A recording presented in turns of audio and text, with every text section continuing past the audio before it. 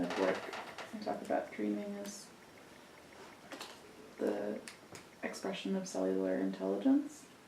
And then if you think about that as like an expression of your DNA and like what you come into this life with, that's how it makes sense. Yeah, I'm thinking of like why you were born in this time, in this body, in this family, in this existence. What was the name of Arnie's training that we went to? It was why were you born? Yeah, that was the name. That was actually the name. Why were you born? Why were you born? And it was looking at early childhood dreams or memories. Okay. Yeah, so it's just funny that you said that. Yeah. It's a dreaming process. Yeah. Wow. What's happening now?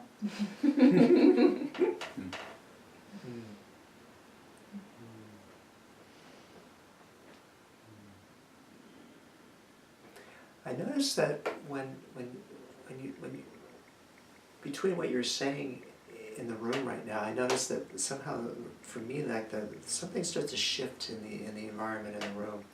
It's like reality shifts a little bit for me. I'm just kind of appreciating that.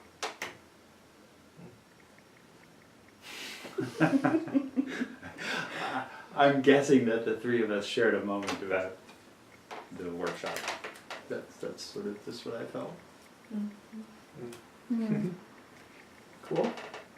Just recognizing the title of the workshop, and for me, memories came up. Yeah. I feel like we each though went into different places that were pretty deep. Somewhere else. Or here, but not here. I did think when you were talking about cellular intelligence and formative, like what it, from my impression, what Stanley is also saying is that dreams are the story of the body. They're actually coming from the body telling its story. I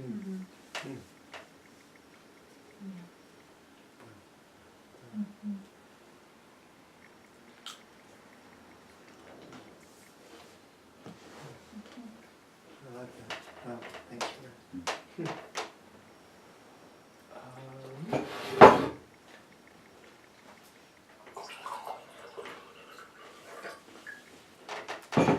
So with the life myth in mind, I think they are also suggestive of our greatest struggle, greatest gift. So there's a lot potentially embedded in that song, in that myth.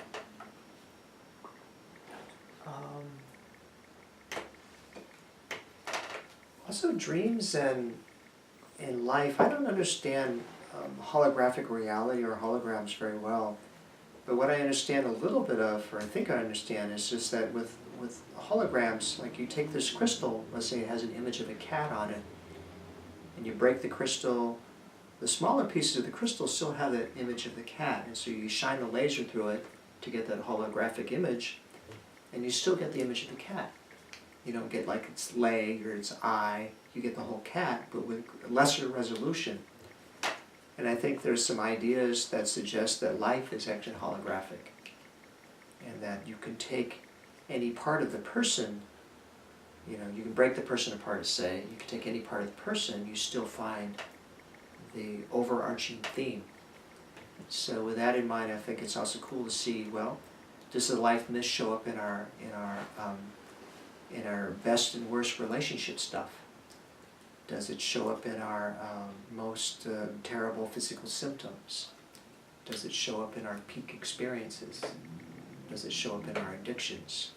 And I think that those going into different pockets of life and seeing how, if at all, do they, in a sense, correspond and suggest a similar theme, I think it's really cool. I know that especially when I struggle to understand, well, how might this early dream suggest an overarching pattern, especially when I'm not clear. But even when I have an idea, I like to ask about different parts of life and start to see how do they, in a sense, kind of reinforce, yes, this pattern, this process, this theme. And so I noticed that for myself, the questions I tend to ask are early dream and memory, peak experience in life, most chronic physical symptom, and addiction. I notice I use those 4 questions, and I kind of try to like cross-reference the material, again, symbolically, not necessarily rationally, to find what do they suggest about a certain life direction or theme. Could you list those one more time? Early dream or memory, peak experience in life, most chronic physical symptom, and Addiction? most difficult addiction.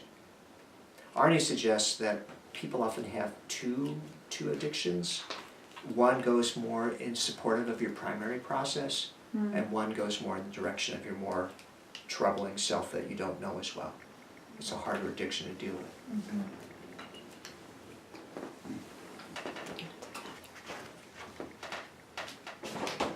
So, I think that's all I have in terms of my notes. Maybe I'll shut this off.